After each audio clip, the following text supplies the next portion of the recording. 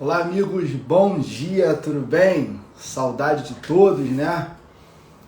Uma semana aí pra gente trocar uma ideia. Espero que estejam todos bem, com saúde, tomando os cuidados necessários, né? Tô aqui ajustando esse jogo de luz aqui pra ficar melhorzinho pra gente aqui, pra iluminar. E hoje mais uma super live, tá? Pra vocês, com o meu amigo Marcelo, falar sobre famílias poliafetivas, né? Se vocês repararem, a gente tem seguido uma... Fala aí, Melo, tudo bem? A gente tem seguido tentado pelo menos, né? Não sei se com êxito. Oi, Isa, tudo bem? Bom dia. Não sei se com êxito tentaram seguir uma linha aí de raciocínio dentro de das famílias de temas, né, atuais, né? Direito de família nunca são temas batidos, né? Não são temas que estão sempre aí na atualidade e que... Silvia, tudo bem? Bom dia. Doni, Igor, rapaziada chegando. Michele, nossa, hoje tá bom, hein? Jéssica, tudo bom? Marcelo também. Rapaziada toda, que prazer vocês estarem aqui hoje, né? Compartilhando com a gente esse momento lindo de uma live em plena segunda-feira. Vocês são loucos, né? Lorena também, bom dia. Fala, meu amigo Wellington. Eu tenho tanto carinho pelo Wellington, gente boa demais.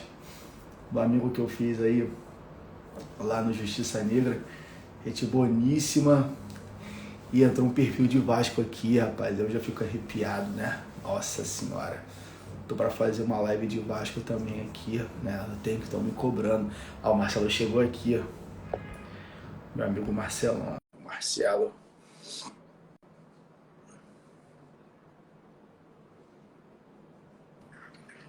Fala aí, Lorde. Tudo bem? Tudo bem, Léo? Como é que Vem tá? cá. Eu entrei aqui, eu vi você elogiando o tal de um Wellington. Que história é essa, rapaz? Pô, o Wellington é um cara, rapaz, eu gosto muito dele, cara. Nossa, aí, só você conhecendo um amigo que eu fiz aí, é advogado já, e lá no Justiça Negra Luz de Gama, né, instituto que a gente faz parte. É um amigo lá que ajuda a gente bastante, né? Um cara, pô, top de linha. A gente sempre debate lá, um cara fora de sério.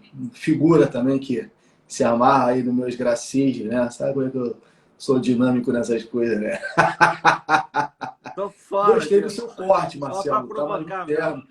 Tá mais moderno, Marcelo, hoje. Eu gostei do seu Gostou? corte de É que cabelo, cara. hoje eu Gostei, eu acordei gostei 6 mesmo. horas, já participei de 2 reuniões e vou para o escritório um pouquinho mais tarde. Então, Eu gostei mesmo. Tá, não, sério, ficou melhor. Juro pra você.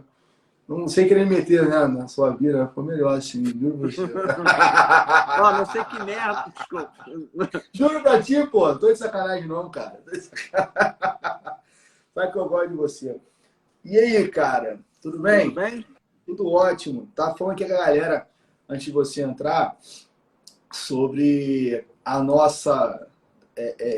a gente tem tentado, né, Marcelo, manter uma linha de raciocínio dentro desse assunto, né, semanalmente, de temas que esse ramo do direito, ele, apesar dos temas serem, né, assim, sempre, aspas, os mesmos temas, mas as abordagens mudam bastante porque, né, você tem julgamentos novos, você tem várias coisas que acontecem mensalmente, né, diariamente, que faz com que a gente tenha que trazer o tema de novo para poder abordar, né? Eu acho isso bem interessante. Não sei o que você pensa sobre isso. Eu penso exatamente a mesma coisa. Acho que a gente nunca esgota um tema completamente quando trata do tema aqui, né? Então é bom estar sempre trazendo, sempre retomando ele para a gente poder abraçar o máximo possível, né? E aí tem jurisprudência nova, tem uma pergunta diferente que é feita. Então, eu acho que é super válido, super importante a gente trazer temas diferentes. Eu vi, Marcelo, não sei, eu só lembro o site agora, eu salvei no meu computador, depois eu vou te mandar. Vai ter um congresso aí de Direito das Famílias, cara, sabe? E, enfim, sobre práticas colaborativas de Direito das Famílias, né? E eu pensei na gente fazer alguma coisa relacionada a isso, cara, não sei, sabe? Porque Eu recebi o convite através lá do Observatório de Mediação. Eu não sei qual é a faculdade, não tenho a mínima ideia. Não, quem faz curso de prática colaborativa é Olivia Fust, que Eu não sei teve na semana passada. Esse é um procedimento não litigioso de tentativa de solução de disputa. É mais uma forma de tentar resolver o problema das famílias. A melhor pessoa para falar sobre isso é ela. Eu recomendo você falou, é justamente esse ponto. Eu esqueci o nome dela, para a gente poder chamá-la. Eu quero que a gente faça algo com ela, assim. A gente chame ela para a gente fazer alguma coisa aqui, porque eu trato de mediação, né? Até o tema da minha tese também. Não mediação, mas consenso de uma forma geral, mas não assim, de uma forma específica como deve ser, como é, só pelo nome, né? Da parte dela, né? E eu acho que daria para a gente conversar bastante, enfim. Que eu sempre falo para as pessoas isso, Marcelo. Como você é um cara que defende a desjudicialização de muitos atos, né? Do Dia das Famílias, né? Eu também defendo. E isso não significa ausência de advogado em vários atos. E alguns atos sim, outros não, que eu acho que é necessário. Outros atos você vai continuar precisando. Outros atos, por exemplo, você defende o divórcio extrajudicial sem advogado. É um pensamento interessante. Tá? Eu acho que daqui a mais ou menos, vou botar aí 10 anos no máximo, sabe? O advogado que não estiver muito bem, né, integrado a esse assunto de métodos adequados ou métodos alternativos, vai ficar um pouco fora das questões, sabe? Porque vai ser o futuro, né? Não vai ter jeito. A gente tem a lei de mediação aí que ainda não pegou muito, né, em 2015, mas o Poder Judiciário não vai aguentar mais. Vai acontecer igual aconteceu lá nos Estados Unidos, na década de 70, 1976, se eu não me engano, né? Que aí começou aquele movimento todo para poder... E aí começaram aí os métodos adequados a serem muito, muito fomentados, né? Acho que vai acontecer mais ou menos por aí, eu acho, tá? Porque o Poder Judiciário não aguenta mais tantas demandas, né? Vai chegar uma hora que a qualidade já não tá boa, né? O excesso faz com que você tenha... o excesso de demandas somado ao quantitativo de pessoal, né? De pessoas baixo, né? Essa conta não fecha. Essa conta não fecha. E o resultado disso você ter uma prestação jurisdicional inadequada. Isso, pelo menos, é o que eu vejo, né? Não sei se você pensa diferente, Marcelão. Eu penso exatamente da forma como você está dizendo. Eu acho que muito, tem que ter né? formas alternativas de resolução de litígio e acho que o judiciário já está exacerbado. Então, toda forma alternativa eu acho válida. Aí você pode perguntar, mas você fez curso de advocacia colaborativa? Eu já estudo advocacia colaborativa há muito tempo e não fiz o curso. Eu não quero ter o certificado de advocacia colaborativa. E por que, Marcelo, você não quer ter o certificado de advocacia colaborativa? Porque você não acredita? Não, eu acredito, né? Eu só acho que vai continuar tendo mercado para os outros tipos de advogado também, né? Então, é uma questão de nicho de mercado. Acho que a advocacia colaborativa tem o seu mercado, é importante para a sociedade. Mas você ainda vai ter as pessoas que vão brigar, Léo. Isso não tem jeito, isso é inerente ao ser humano, né? E tem que ter advogado que seja especializado em fazer isso, porque tem louco que não vai fazer acordo de jeito nenhum, né? Cara, a gente vê a cultura de sentença, né? Assim, se continuar falando isso, você vai acabar a live esgotando nisso, né? Acabar o tempo, só pra gente fechar isso aí. Daqui a pouco a gente vai entrar no assunto que não vai ter como sair. Mas a cultura da sentença tem muito isso, né? E no direito nas ações de família, isso é muito forte, né, Marcelo? As pessoas às vezes não querem fazer acordo achando que o acordo é tipo beneficiar o outro, né? É dar ao outro a vitória, sabe? Não é uma pessoa que quer que o outro seja condenado, né? Não, eu quero a condenação, eu quero que sofra por simples vingança familiar, né? Alguma coisa assim, simples... como é que fala? Simples, vingança mesmo, né? Revenge, né, Marcelo? Advocacia de vingança. Revenge law. Eu vejo algum termo desse, né? Um amigo que é americanizado, né? Cara, que ódio que dá dele, cara. Tu conversa com esse cara, toda vez que ele fala contigo, ele trata o troço com uma expressão em inglês, cara. Ô, Bia, o tema hoje é poliafeto, Bia. Pô, nossa, cara, ele é demais. Mas o tema hoje é poliafeto. A gente já tá tomando esporro já. A gente já tá tomando. Isso é um esporro, sabe o que isso é um esporro? É, eu sei. Isso é um esporro. Então, amigo, desculpa, tá? A gente tá aqui resenhando, que a gente sempre resenha 10 minutinhos. Isso é normal aqui, tá, amigo? Você me perdoa, tá? Isso é só uma resenha pré-tema que a gente faz sem mais só tomar água, toma os remédios que ele toma às 10 da manhã aí, né? Que ele aproveita e toma antes da live, que a gente sabe que ele toma muitos remédios, né, para se manter aí durante o dia. E a gente faz sempre isso, tá? Não fala. Não fala. São 10 da manhã, tem criança assistindo. Não fala. Ô, Léo, vamos lá, Léo. Tu deve sentir um ódio quando eu falo essas coisas pra você não pode falar. Você é um cara bem conservador, né? Você é um cara bem tradicional. Você é um cara tradicional assim, né, cara? Ô, Léo, eu sou velho, Léo. Eu tomo 10 remédios de manhã. Só que eu tomei às 6 da manhã quando eu acordei, não às 10 da manhã. Entendeu? Aí tem umas coisas que eu sacaneio você tem vontade de me rebater, fala assim, caraca, tu sabe, segura pra não falar, e depois no WhatsApp tu fala, né? Eu te entendo. Eu aceito. Mas vamos lá, Marcelo, é assim que a gente mantém, e é isso que a gente conserva essa amizade linda aí, que eu sou apaixonado por você. Nosso tema, Marcelo, é com você. Bom dia a todos. Bom, Léo, mais uma vez, obrigado por estar aqui, né? O convite seu é sempre um convite irrecusável, né? A gente não pode falar de poliafeto sem fazer assim uma viagem. Eu queria convidar vocês para viajarem comigo e nessa viagem se despirem. Léo não se anima muito com essa palavra. Se despirem dos vossos preconceitos, por favor, Léo. Né? E eu queria lhes convidar, então, para fazer essa viagem assim. É engraçado. Adivinha quem mais me ataca, Léo, quando eu falo em poliafeto? Se é um homem ou se é a mulher? Mulher. É a mulher. Imaginei. Porque a mulher não percebeu ainda que, na verdade, a minha defesa é uma defesa das mulheres, é pela igualdade. Eu falo isso desde que eu entrei aqui, desde que a gente começou a falar, que eu sou defensor da igualdade entre os dois, né?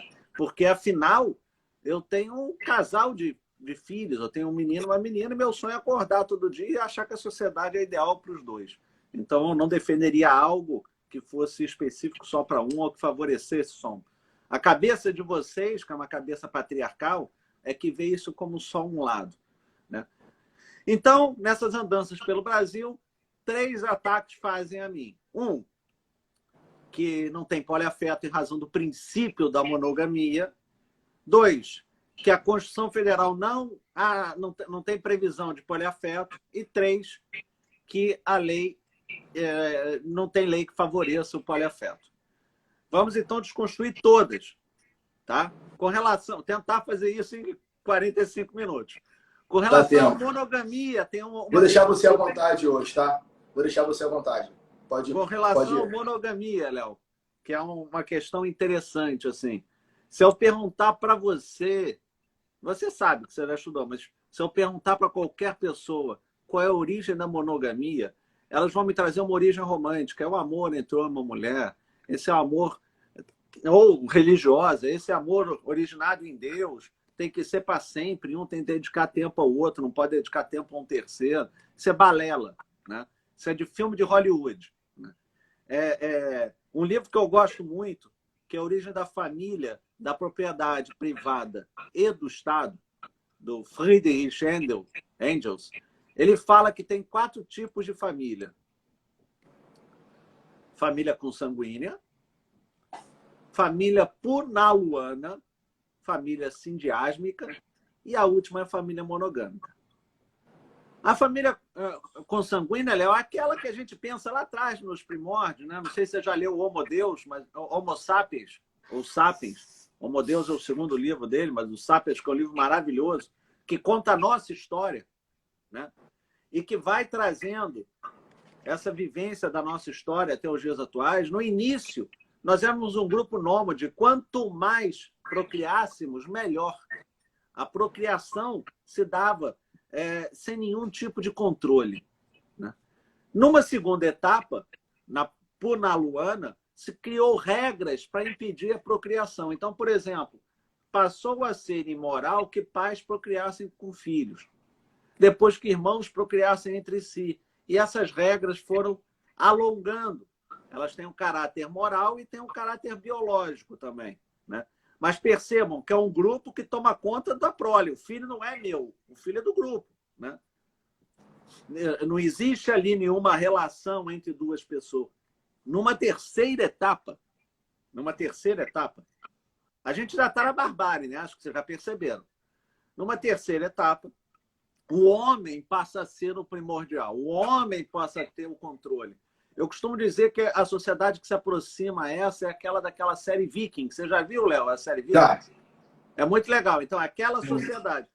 Existe uma família, o homem é o chefe da família, a criança é trazida para dentro de casa, o homem tem poder sobre a criança e sobre a mulher é escrava dele, mas é permitido o divórcio, quer dizer, a partir do momento que o homem não queira mais aquela mulher, ele larga ela, procura outra, e ela tem a vida própria e leva o filho. Então, essa é a terceira fase da família. Você tem uma participação maior no homem e a mulher perde a liberdade, né? E na última etapa, a família monogâmica. Já falaram aí qual foi o fato social que fez com que surgisse a monogamia. Foi a propriedade, Léo. A partir do momento que o homem passou a ser proprietário de alguma coisa, ele passou a ser dono de alguma coisa, a ele interessava saber de quem era o filho da mulher dele. Porque, afinal, o filho da mulher dele ficaria com o patrimônio dele, com o nome dele, com tudo dele, quando ele morresse. Então, interessava a ele ter esse controle sobre a mulher.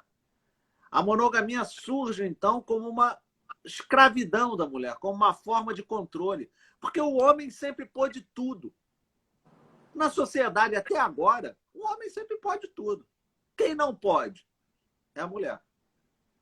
Então, nesse momento é que se tem um controle, né? Se a gente pensar ainda numa evolução histórica, no direito romano, né, rapidamente, o direito romano, que é a base hoje do nosso direito, o homem, ele era o pater familias. Lembra disso? Né? Isso é antigo, né? E família tem como origem o termo fâmulos. Fâmulos são os escravos domésticos, Léo. A pessoa sempre tem uma visão romântica. Os escravos domésticos, não havia afeto, não havia amor, não havia carinho, não havia nada. As pessoas se uniam. A mulher passava a ser escrava do homem. A mulher não tinha nada. Ele tinha tudo.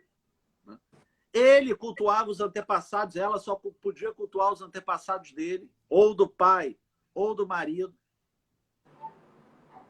E aí interessava para essa sociedade que houvesse a monogamia por causa do culto e por causa do patrimônio. O que acontece, né? No século XVIII, se eu não me engano, Otávio cria uma lei que vai tentar regulamentar essa história. Otávio Augusto, o primeiro imperador, que é chamado de Lex Julia, século XVIII a.C. E ele tenta regulamentar isso, criando regras para as relações. Então, por exemplo, as mulheres maiores de 12 anos eram obrigadas a casar, né? A mulher que fosse viúva tinha um prazo, dependendo da idade que ela tivesse, para conseguir outro marido, né? Essa foi a primeira ingerência do Estado sobre a família. E isso perdurou, é óbvio que criou uma confusão, porque quem tinha liberdade queria continuar tendo liberdade. Os homens continuavam tendo seus concubinos e suas concubinas, mas havia algumas regras, né, impostas pelo Estado. Passando rapidamente o tempo, houve a conversão do direito romano, houve a conversão do Império Romano ao catolicismo, né? E então, no século IV, tem um concílio, que é o concílio mais importante do direito canônico, que é o Concílio de Nicéia. Nesse concílio são fixadas as regras e os dogmas da Igreja Católica. Por exemplo, não sei se você sabe que existiam vários evangelhos. Sim. E nesse concílio afastaram todos e fixaram 4 evangelhos. Não, são esses que a gente vai seguir, né? Esses aqui mostram Jesus como Deus. Aí tem uma série de elementos que fizeram com que escolhessem o Novo Testamento, escolhessem os livros que comporiam a Bíblia e criaram as regras básicas da religião católica. Até aqui, eles aproveitaram as regras sociais do direito romano. A influência da Igreja Católica para a visão da monogamia ela é gritante, Léo. Gritante. Por que ela é gritante? Porque depois a influência católica passou a ter uma influência grande na vida ocidental. A Europa, que era a vida ocidental, era toda católica, ela era monarquista. E quem era a base da monarquia? Era a igreja. Mas o casamento ficou abandonado. As regras do casamento ficaram abandonadas. Por quê? Porque não interessava a igreja isso. Interessava a igreja ter poder e status. O direito não era um direito comum a todo mundo. O direito era um direito de pequenos feudos. Só que esses feudos foram se unindo, foram se transformando em estados. E esses estados começaram a colocar trazer a fragilidade da Igreja Católica, colocar em risco a hegemonia da Igreja Católica. Isso aconteceu entre o século IX e XI. E o que faz a Igreja? Opa, vou voltar a ter controle sobre vocês. Como é que eu tenho controle sobre vocês? O seu casamento tem que ser abençoado por mim. E a quem interessava abençoar o casamento? Só dos nobres. O povo nunca se preocupou. Aquilo que vocês veem em filme de pessoas no século XII, XIII, entrando na igreja para serem casadas com roupas, aquilo não existiu, aquilo é invenção. O casamento só passou a existir dentro da igreja no século XVI. E por que no século XVI? Porque aqui chega a terceira etapa da influência da Igreja Católica. Aqui a gente tem o Concílio de Trento como uma resposta à reforma protestante. E a reforma protestante ela era mais maleável quanto à possibilidade de a existência do divórcio ou não. Não quanto à existência de outra pessoa, quanto à existência do divórcio. A Igreja Católica bateu o pé e transformou o casamento num sacramento. Então, a partir dali, o casamento passou a ser um contrato entre o homem, uma mulher e Deus. E, portanto, indissolúvel. A igreja querendo ter influência sobre a vida do Estado, do cidadão, como sempre. Eu lembro, Léo, que a igreja tem essa ingerência porque até o século XVIII na França e até o século XIX no Brasil, início do século XX, quem tinha controle sobre a sociedade era a igreja. O registro de nascimento era feito pela igreja, através do batismo. As certidões de batismo é que confirmam se alguém era vivo ou não e a data de nascimento, porque não tem data de nascimento e registro histórico nenhum, só na certidão de batismo. Aí eles calculam, bom, a criança era batizada com não me lembro quantos dias da época, mas com X dias. Então ela nasceu X dias antes e nasceu no dia tal. Então, batismo era o controle do nascimento. Você tinha o casamento como contrato, controle sobre a vida privada das pessoas, sobre o patrimônio das pessoas. E você tinha o óbito, só podia ser enterrado em terra sagrada. E dentro da igreja, se você fosse rico, e quanto mais rico, mais próximo ao altar. Né? E se fosse muito, muito rico, tinha uma capelinha que faziam grudada à igreja principal, com o seu nome, e estava lá os seus... E lá seriam colocados os seus despojos.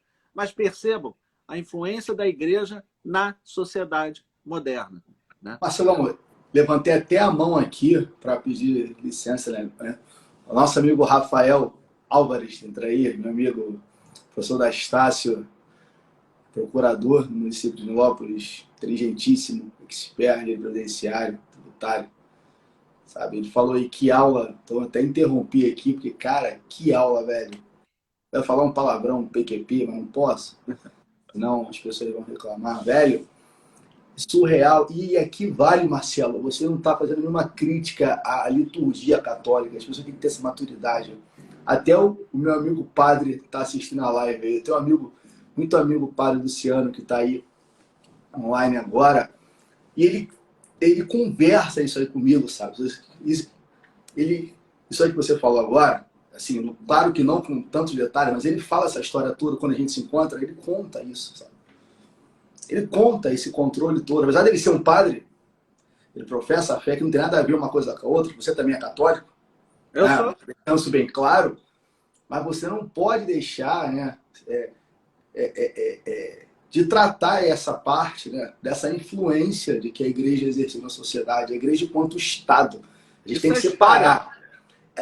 Mas é assim, mas é bom, Marcelo, a gente separar para as pessoas, porque em tempos atuais, em que mistura-se muito questões religiosas, né, fanatismo com tudo no meio disso, a gente tem que separar um pouco isso, Marcelo, deixar claro, porque você não está tratando da fé católica, sabe? Que é linda. Eu não sou católico, mas eu admiro, eu vou à missa sempre que eu posso, esse meu amigo padre me chamando e tal. Mas o que você está trazendo aqui é a Igreja Católica contra o Estado, contra o corpo de poder, certo? É isso. Não é a É Igreja isso. Católica enquanto liturgia, né, e quanto a fé. É uma coisa totalmente separada disso aí. Só para a gente entender e deixar claro. Mas obrigado pela aula de história. Sabe? Isso aqui é uma aula de história. Pode prosseguir, amigo. Desculpa Ô, te Léo, interromper. Tá. nada, eu agradeço os elogios. Assim, no século XVIII, 1789, houve a Revolução Francesa e houve a ruptura daquela sociedade. Então, derrubaram a monarquia e o que sustentava a monarquia? A igreja. Tiraram o poder da igreja também. Se você lembrar o quadro clássico de Jean-Louis David, logo depois que Napoleão, então, passa esse período da Revolução, Napoleão assume, etc., em que ele se coroa imperador, né? Quem coroa Napoleão é ele próprio. E ele fala, não tem ninguém aqui acima de mim. Então, percebam como houve um completo desligamento do Estado da Igreja Católica. E aí passaram a ser duas entidades diferentes. A Igreja Católica com a sua missão de fé e o Estado com a sua missão de administrar a sociedade, né? Só que quando houve essa transição, Léo, eles aproveitaram tudo aquilo da Igreja Católica e do direito canônico que não fosse criar grande transtorno social. Por exemplo, mantiveram os proclamas, e a gente já falou isso. Os proclamas, se eu perguntar para qualquer pessoa por que são 15 dias de proclama, ninguém sabe. Mas a origem é no direito canônico. Por que no direito canônico? Porque ninguém deixava de ir 15 dias, 2 domingos seguidos à igreja. E ficava lá, na porta da igreja, fixada isso. Hoje, para que servem os proclamas? Para nada. Ninguém olha isso. A gente falou semana passada, olha né? aquilo. Retrasado, Então, mesmo, né? manteve-se exatamente, né, na França, no século XVIII, no Brasil, depois da queda da monarquia, que foi em 1889, então, em 1891, a responsabilidade do casamento deixa de ser da igreja e passa a ser do Estado. É quando a gente tem o casamento civil. No Brasil foi um pouco mais tarde. Foi em Mas com 1890. reflexos bastante ainda, com muitos reflexos ainda do que tinha a igreja, né? Para cá, como você está falando. Visceralmente vinculado ao casamento da Igreja Católica. Visceralmente. O procedimento, a habilitação é exatamente a mesma para a Igreja Católica. Acho que ficaram com preguiça, né? Assim, Marcelo, não é preguiça, eu falo preguiça, mas eu acho que tem uma explicação lógica isso. Não sei se eu estou raciocinando certo, assim, ainda estou digerindo a sua aula aqui ainda, né? Ainda é um processo lento, né? A gente absorver tudo isso aí, né? Essa questão, até que o Rafael falou aqui agora, eu acho que eles aproveitaram bastante esse apego de fé. Então, quando mantém os dogmas da igreja no Estado, ele mantém o povo ali acorrentado ao Estado, respeitando o Estado. Ô, Léo, você já viu uma escritura pública? Como começa? Quando começa, não lembro. Aos tantos dias do mês tal, do ano de tal, do nascimento de nosso Senhor Jesus Cristo. Pode crer. Está lá na escritura pública. Você faz uma escritura pública de compra e venda, a primeira frase é essa. Pode crer. Mas isso traz o povo, assim, na época, eu penso que essa seja a justificativa, né? De se manter as questões da igreja, porque a questão da fé católica era muito forte, imagina, 889.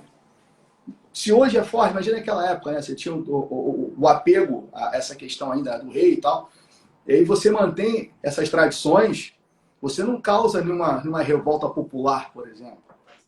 Você mantém ali as rédeas, botar assim, sabe? Eu acho Você que mantém a estabilidade social. a estabilidade social e as rédeas, né? Você mantém ali firme e você estabiliza assim, poxa, os caras tomaram o poder da igreja, entre aspas, mas mantiveram tudo que era da igreja, principalmente nas questões conservadoras que interessavam à época, que era aqui, família, casamento, né? Os costumes, as leis. Então você não teve uma mudança radical nisso aí. Ela mudou somente de monarquia para república. O povo entendia disso na época? Se hoje, com internet, a gente conversa sobre isso, ninguém entende, vamos pensar em 89. 1800, a gente está falando de 89, é 1889. Tá? Então, assim, o povo que diga, o povo comum, tá, gente? Assim, falando sem nenhuma hipocrisia, tá? A gente está aqui para falar de hipocrisia. Então, você mantinha o povo ali estável nos assuntos que o povo se apegava. Costume, igreja, né? Fé, enfim, etc, etc, etc. Eu estou aqui fazendo aqui, na minha cabeça, conjecturas. Não sei se eu estou certo, se estou errado, se eu estou viajando muito, se eu estou no mundo do Teletubbies, não sei também. Tá? Vamos continuar? Vamos, vai lá. Vamos lá. Ô, Léo, você me lembrou de uma coisa, por que a escola foi criada, Léo?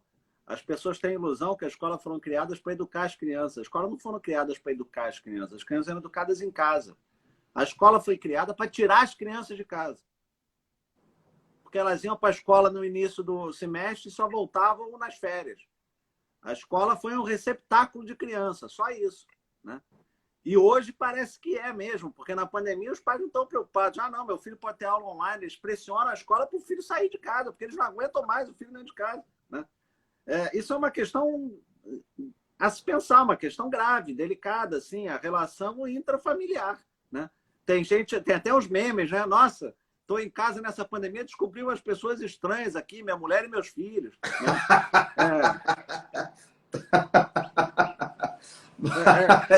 Sério? Marcelo, e a questão das famílias poli, nesse assunto todo seu?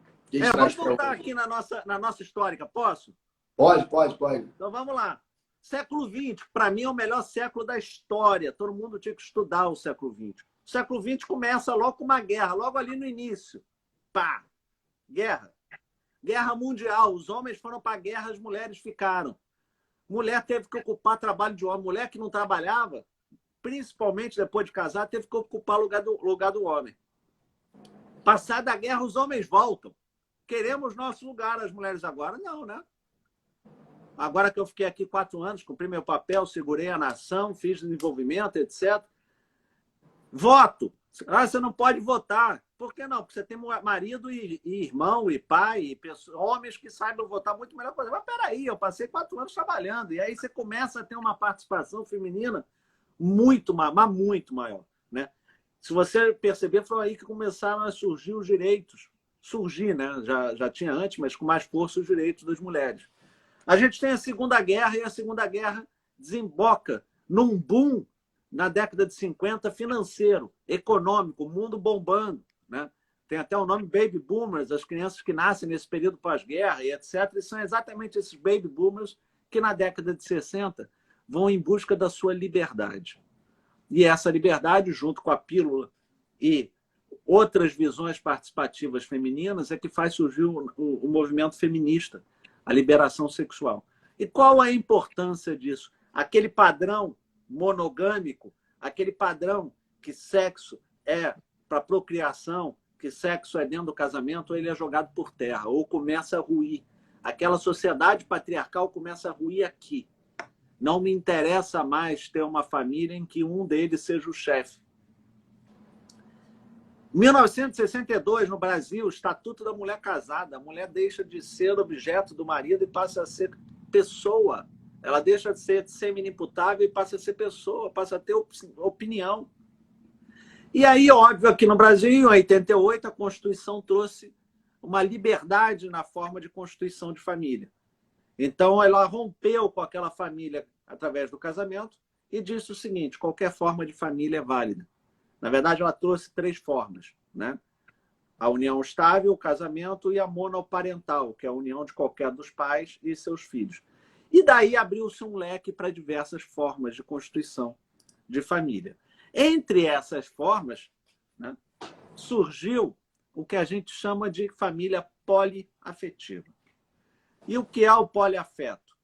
É um grupo de 3 ou mais pessoas que resolvam se unir para viver uma experiência amorosa, sexual, uma experiência de vida. E esse grupo, Léo, essas relações familiares, elas têm algumas características e são muito interessantes. A primeira dessas características é que não há exclusividade amorosa e sexual, isso já está claro. A segunda, as pessoas têm autonomia. Ao contrário daquela família patriarcal, em que existe um medo das pessoas de exporem os seus sentimentos, os seus pensamentos, e todo mundo tem que viver pisando em ovos e com medo, aqui não. Aqui as pessoas são autônomas, a liberdade delas é respeitada. Elas têm transparência e honestidade com os parceiros. Imagina, Léo, você chegar para a pessoa com quem você está e falar: eu senti atração por aquela. Hoje, se fosse um casamento natural, como as pessoas trazem aí na cabeça, né? Lá vem você. Um iria xingar o outro, iria brigar, iria bater, iria ter iria retrucar e etc. No poliafeto, não tem problema. Você tá interessado? Então, vai lá. E a última característica, sim, é uma valorização da intimidade, uma valorização do diálogo. Diálogo é você falar o que você sente e o que você sente é respeitado. E se o outro chega para mim e fala: não, Marcelo, você não pode sair com fulana ou com Beltrano, eu respeito. Eu não saio. Pode acontecer de não querer que eu saia com determinada pessoa. Não tem... Isso faz parte do relacionamento, mas é tudo conversado. Perceba a diferença. Numa relação monogâmica, se eu tenho interesse em alguém, eu fico quieto. Eu me retraio, porque se eu falar, já viu o que vai acontecer. Né? Numa segunda etapa, eu também tenho carinho pelo professor Renato, eu tenho um carisma gigantesco. Saudade de você, amigo. Você um amigão também que a vida acadêmica me deu. Gente boníssima. Numa relação poliafetiva, na verdade, eu tenho exatamente o oposto disso. Eu tenho a verdade, eu não preciso mentir, eu não preciso me esconder. Eu tenho a verdade. Então, valores numa família poliafetiva. Honestidade. É tudo tratado com honestidade. Tudo busca o desenvolvimento, crescimento pessoal do indivíduo. Quer dizer, são os indivíduos que trazem interesse, não mais o coletivo. Você falou diálogo também, né? 3, igualdade. São todos iguais. Não tem um que é mais importante que o outro. Um homem não pode sair por aí fazendo o que quer, sem consequência. A impressão que dá é essa, né? As pessoas têm essa impressão, né? Que seria uma coisa... faço o que eu quero. Não é. Assim, apesar de ser uma coisa assim, estranha pra gente, quando fala sinistra, no sentido de estranha, é tendo como base essa questão tradicional, sabe? Mas, Marcelo, desculpa. Assim, desculpa que eu digo falar, mas eu conheço várias pessoas que vivem esse tipo de relacionamento. Eu conheço também. Bem, conheço vários, inclusive clientes meus que vivem esse relacionamento. Ô, Léo, jabuticaba também é estranho e tem nas árvores. E falam, sim, abertamente, sem problema. As pessoas vivem sobre isso. Só que, infelizmente, por regras sociais não falam, né? Até a Tamires está aí, minha amiga mineira, que está aqui no Rio de Janeiro, a mineira mais carioca que eu conheço, né? Ela falou: poliamor não é bagunça. Mas a impressão, que as pessoas acham... É verdade isso. Porque a visão que se tem é que Posso falar? Olha, é suruba. É libertinagem. A impressão que se dá é que é isso, mas não é. existem regras, existem princípios, existem valores que são respeitados. Na verdade, as pessoas resolvem morar juntas, 3, 4, resolvem morar juntas. Ou não. Ou não, mas resolvem se relacionar e resolvem as regras do relacionamento. Bom, então percebam que a gente já está no terceiro valor. O outro é comunicação. Tem um diálogo também que você falou, né? Que aí gera diálogo. comunicação, né? Gera comunicação. Eu não sou possessivo, e aí é que a gente tem a dificuldade. Não. Eu tenho essa dificuldade, você deve ter, porque eu fui criado assim. Você é possessivo, mas... Eu fui criado chamando mulher de meu bem, né? Patrimônio, meu benzinho, minha coisa, né? Então, você me chama de quê, Marcelo? Eu te chamo de amor.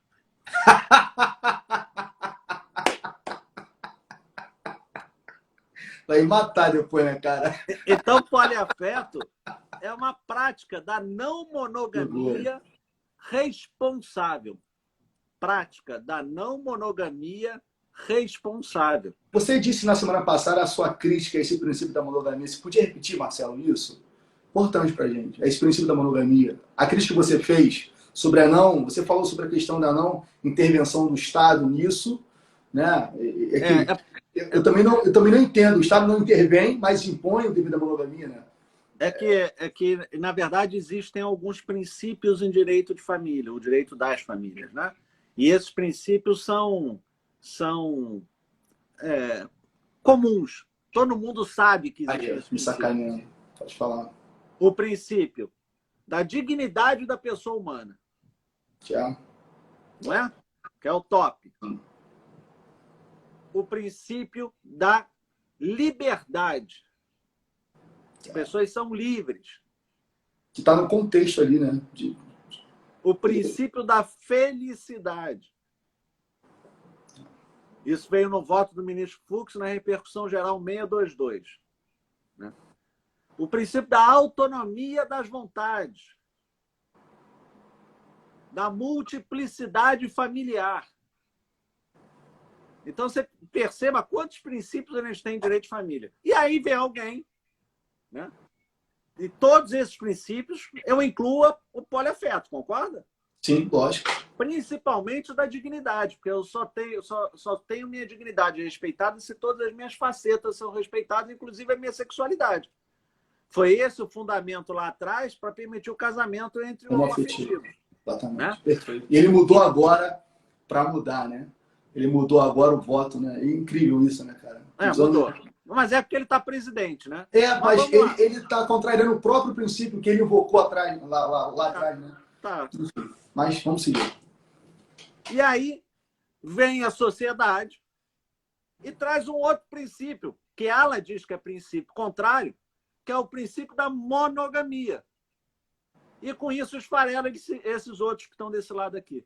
Léo, sem querer entrar na discussão se princípio é monogamia ou valor, porque para mim é valor. E nenhuma forma de ponderação entre princípios,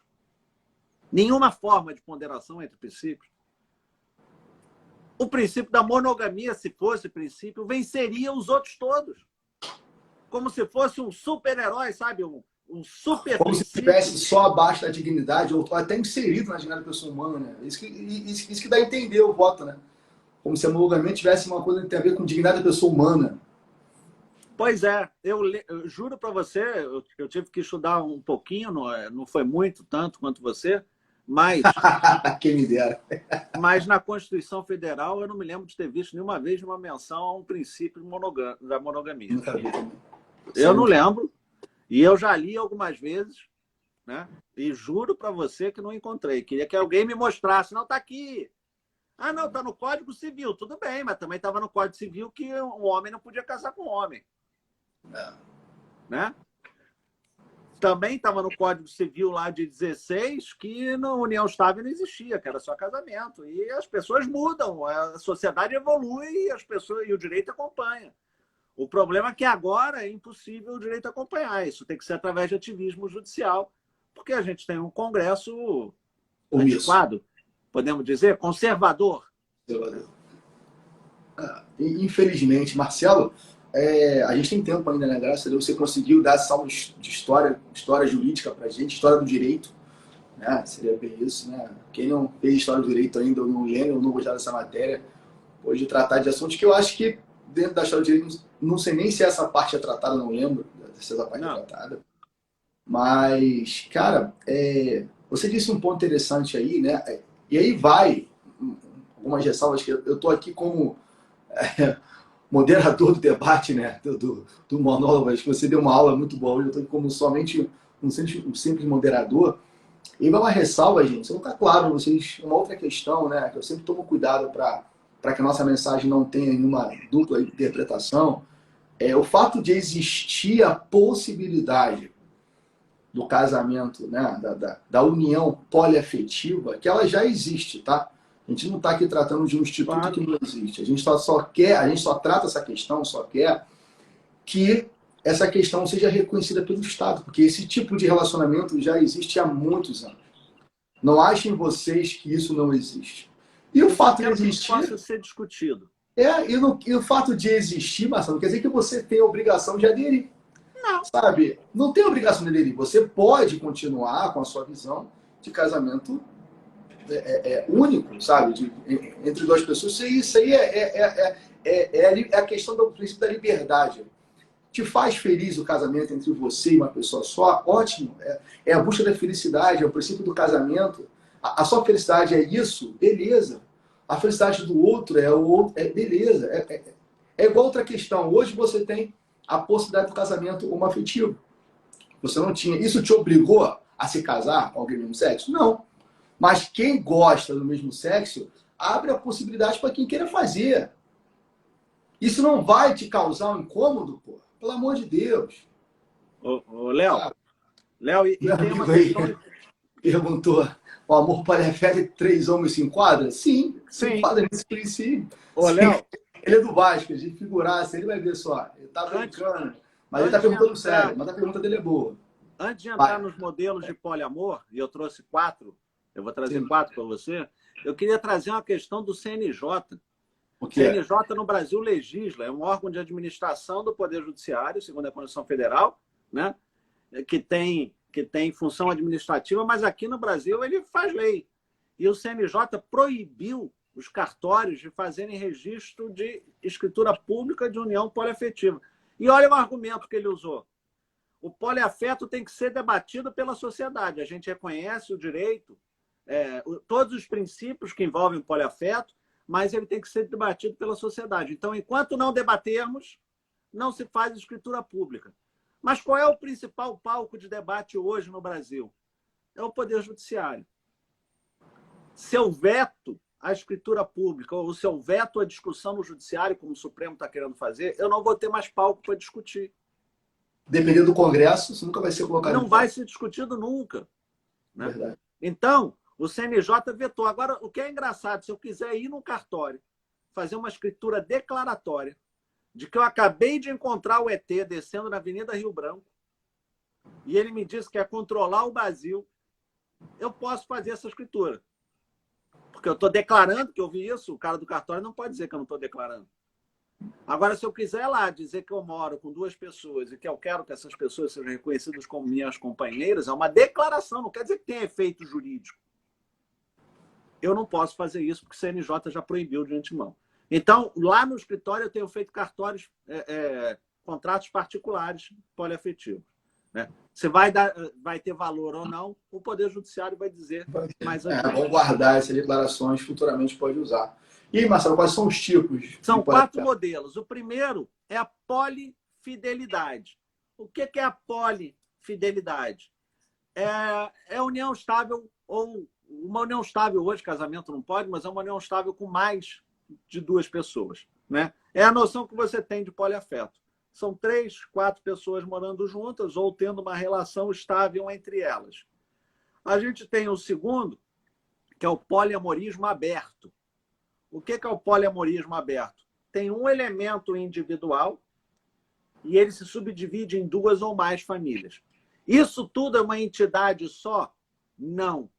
Isso é o que a gente chama hoje de famílias simultâneas. Lembra, foi até da onde surgiu que eu disse que a família simultânea é uma subespécie de família poliafetiva. Eu tenho também um poliafeto com hierarquia, com redes hierarquizadas. Eu tenho a família A, eu tenho a família B, eu só posso ter a B se a autorizar. Eu tenho a C, eu só tenho a C se a B e a A autorizarem, né? É mais ou menos o que acontece na religião muçulmana, né? Me falaram que os mormons também vivem assim, eu não consegui estudar isso. Mas é uma visão assim mais hierarquizada. Eu dedico o tempo de forma hierarquizada para as famílias diferentes. E eu tenho o poliamorismo individual, que na verdade não é poliamor. Todo mundo que se relaciona comigo sabe que eu não me vinculo a ninguém. Então, hoje eu estou com Maria, amanhã eu estou com Joana, depois da manhã eu estou com Josefina, e todas elas sabem uma da existência da outra e que eu não estou com ninguém. Isso não é família. Tá? Óbvio que isso não constitui família. Né? Léo, os estudos falam o seguinte: existem tantas formas de poliafeto quanto a tua imaginação puder imaginar. Eu trouxe aqui 4. Elas se encerram aí? Óbvio que não. Né? Não se encerram aí. Né? Ah, mas você falou em união estável. Falei em união estável entre 2 ou mais pessoas, porque eu acho que é plenamente possível uma união estável entre 2 e mais pessoas. Por quê? Porque o artigo 1723 do Código Civil e o parágrafo 1º, que falam da união estável e o que é a união estável, ele fala o seguinte, algo como: se não pode ter casamento, não pode ter união estável, salvo as pessoas casadas, separadas de fato ou separadas judicialmente. Mas não tem impedimento para que uma pessoa que tem uma união estável constitua uma nova união estável. Assim como não tem impedimento no 1521, que é a que veda o casamento entre pessoas, para que uma pessoa que tem união estável se case.